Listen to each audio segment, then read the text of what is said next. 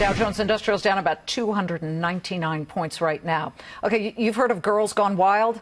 How about Fed gone crazy? President Trump said it. He's taking aim at the Federal Reserve, putting the blame for the market's plunge that we saw yesterday of 831 points on the Dow squarely at the feet of the central bank. All right, a live check of the December Fed funds futures, which indicate the odds of a rate hike. This is for December. Show they're not far at all from where they've been the past month. Right now, they're at 71.5% chance of a rate hike. Past couple of weeks, they've been around 80, 79. Now, if that fourth hike of the year comes to pass, are stockholders doomed, or is it too late to save investors? Either way, joining me now, Andy Brenner, head of fixed income at Nat Alliance, who says the Fed is doing what it thinks is necessary to keep our economy afloat, and Euro-Pacific Capital CEO Peter Schiff, who says the bear market has already begun. Peter, President Trump called it a correction. Blame the Fed. Is it a correction or a bear market, and should he be blaming the Fed? Well, all bear markets start off as corrections. I think this one is probably a bear market. It's long overdue. But, you know, Donald Trump said that the Fed has gone crazy.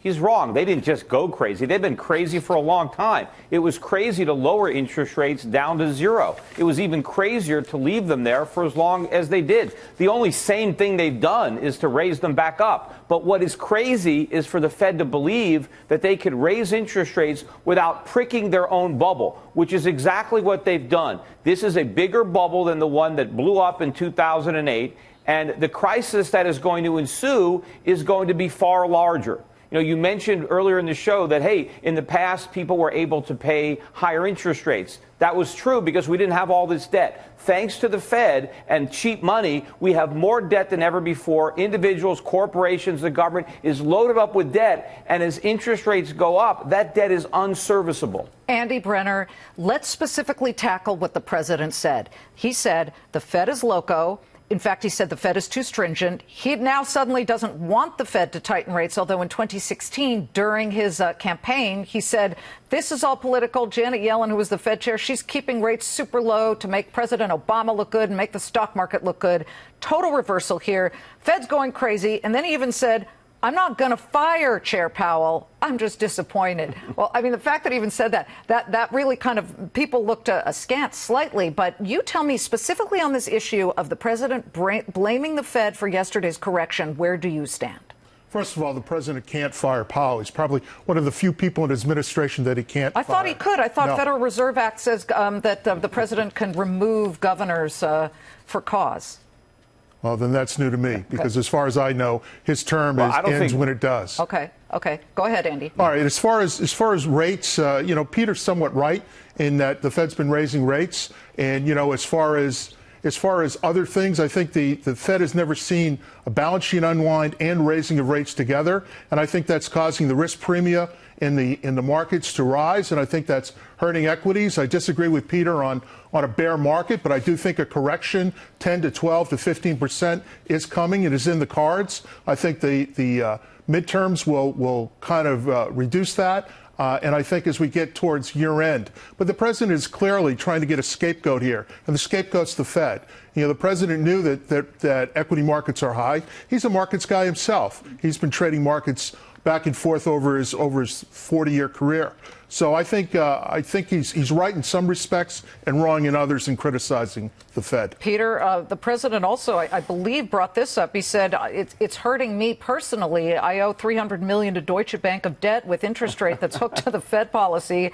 I'm paying a high interest rate. So he was complaining, almost, you know, making it like he's feeling, to quote another president, I feel your pain. But tell me where this all goes. And you really believe that this is a longer-term issue and the start of a bear market after what has been the second longest expansion in history.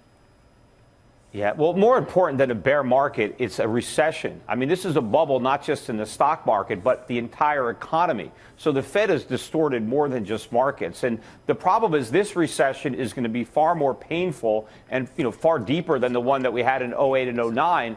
Because it's also going to be accompanied by rising consumer prices. I think as Americans lose their jobs, they're going to see the cost of living going up rather dramatically. And so this is going to make it particularly painful. But, you know, one of the things I thought was funny that Trump said is that he was criticizing the Fed for raising rates too quickly because he said that he would rather have time to pay off debt first. And he was not referring to his own debt, but to the national debt. But the problem is Trump is exploding the national debt. Knowing that the Federal Reserve was going to raise interest rates, he signed on to tax cuts and spending increases. That is the worst thing to do when interest rates are going up. You don't want to go deeper into debt. You want to try to pay down debt. But the only way to pay down debt is to run a surplus. You voted for President Trump. Not that I need to remind you at this because point, look at the alternative. You and I talk all the time. But yeah, I know. Look at the alternative. Go ahead, Andy. One thing, I don't see a recession on the horizon. I mean, with GDP growth at 4%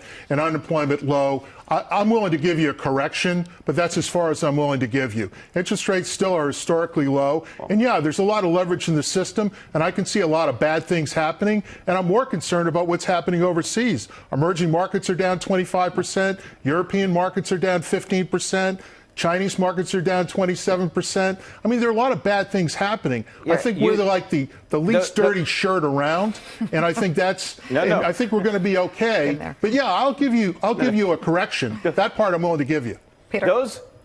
Those markets are only down because everybody thinks the Fed's going to keep hiking rates and shrinking its balance sheet. You should be buying those markets. The Fed is eventually going to do it about face. But if you don't think a recession is coming, look at the auto sector. Look at the home builders. I mean, they're already flashing recession. Look at the financials. This is one of the longest economic expansions ever. It has required the greatest amount of monetary stimulus to produce it, and it's a gigantic bubble. If this whole thing is built on a mountain of debt, right, as interest rates go up, the thing collapses. And as the dollar goes down, the cost of living is going to go up. Wait till you see how expensive things are going to get in the United States, especially with these tariffs.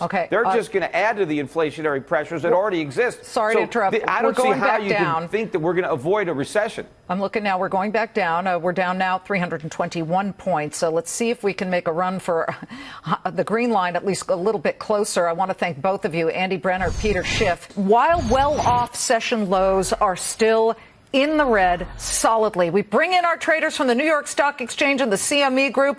Charlie Gasparino up in our newsroom. Peter Schiff was kind enough to say he wouldn't leave his old high school pal.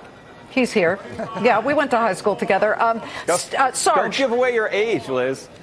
What? I was a child genius. Sarge, give it to me straight right now. We are lower right now by 493 points. Is this going to end as badly as yesterday? It very well could, but you know, with gold rallying to this degree, I think we're near a short-term bottom. At least it feels like they're feeling around for one.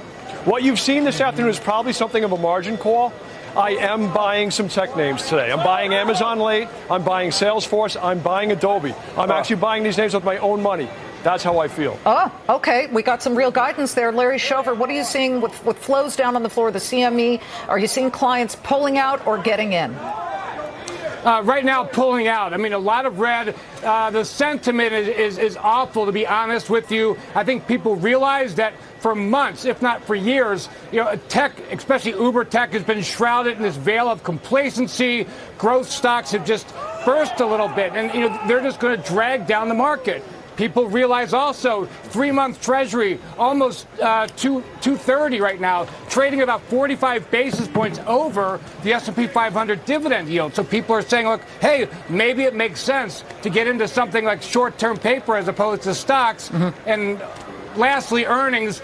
People are worried about the quality of the earnings. They think the numbers will hit. The numbers might even exceed. It's the quality that people are worried about. 10 minutes left before the closing bell rings. And we have Phil Flynn right there at the CME. And Phil, I don't want to ignore oil because this is a significant move. Again, we got those inventory numbers that showed we're flush with the stuff right now. So what? And again, we've got two Dow components, ExxonMobil and Chevron, that got really kind of smacked down yesterday. Right, and I think those markets, oil was trying to shake off the stock market yesterday and look at the big picture about supply and demand, but that big increase in supplies really weighed on the inventories. I don't think it would have been as big if the stock market wasn't down as much as it was. I don't think it would have been that big if it wasn't for Hurricane Michael that is hurting demand in the short term. But when you have the stock market really getting obliterated, it takes away hope for demand. Now that, I think, is misguided because of Hurricane Hurricane Michael, the demand for oil is going to explode in a couple of months. We're going to need more energy than we've needed in years at this time of year to rebuild after Michael. So I think we'll actually get a boost from that. You know, this is not a stock market today. It's Fright Fest. That's what it is today. The market is reacting on fear right now, and we have been all over the place. You're right, Liz, when you say the most important time of the day is the closing bell. Yeah. And we're at a kind of a key number right now, 25,294 on the Dow. That's the number a lot of traders are looking at. If we close below that, they're saying it's going to see more selling tomorrow. But if we stage a late rally here in the last 8 minutes, get above that number, they're expecting a lot of short covering into tomorrow. So we're we'll at see that number real quick. We're at 25,155, although for the S&P, we're below that, well below that 200-day moving average of 2,765. Charlie Gasparino, you were talking with Peter and you were talking with Andy Brenner, and you were saying, you know, people shouldn't panic, but they are. I don't know. On any other day, a loss of 462 would look like panic, but compared to yesterday, it's pretty much half of what we lost. Yeah, we're at Dow 25,000. By the way, did you say herky jerky before? Is that a bad term? Was that a song from Billy Ray Cyrus, My Herky Jerky Heart, or something like that? No, that's achy breaky. Oh, okay. Sorry. Come on, stay with it. Yeah. Listen, I'm sure Peter Schiff is going to come on, and by the way, I love his beard. He's going to come on and say, he's right there. This is the end of the world. And there he is. And I love Peter. He's a good friend of mine. But he's going to say this is the end of the world or the beginning of the end. There are some warning signs out there, but, when you have a decent economy, the Fed does have to unwind its balance sheet, and that could be pretty nasty.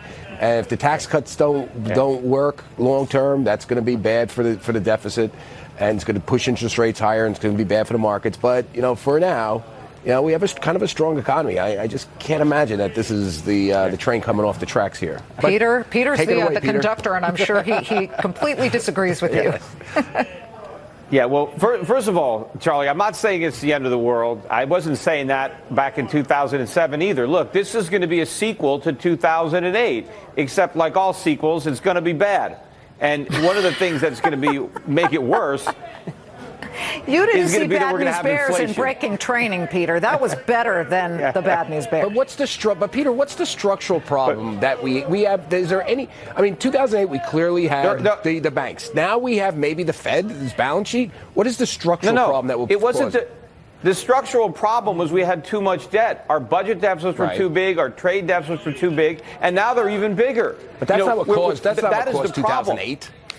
That didn't cause. Yes, 2008. it is. No, it didn't. It was the banking system. All the money that was borrowed to buy houses. If people were paying cash for their houses, it wouldn't have been a problem. It was the banking system that was holding illiquid debt. That was priced at zero, and who knows what they should be priced at.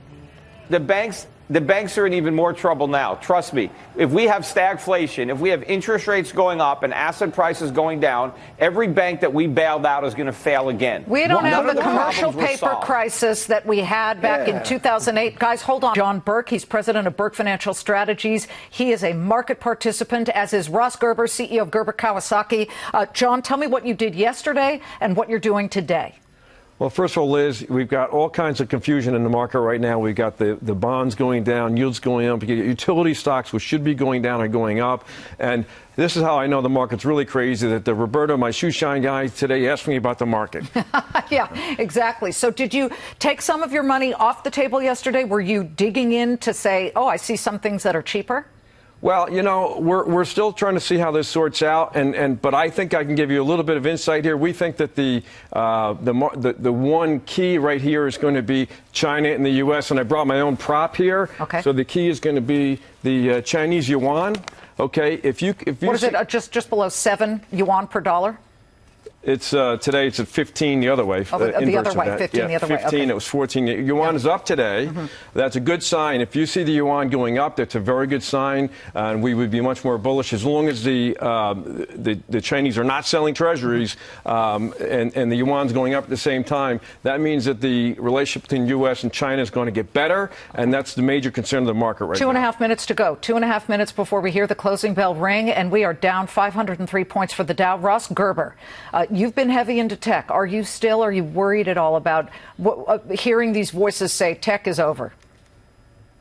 I'm worried that I've been sitting here for 15 minutes not being able to buy.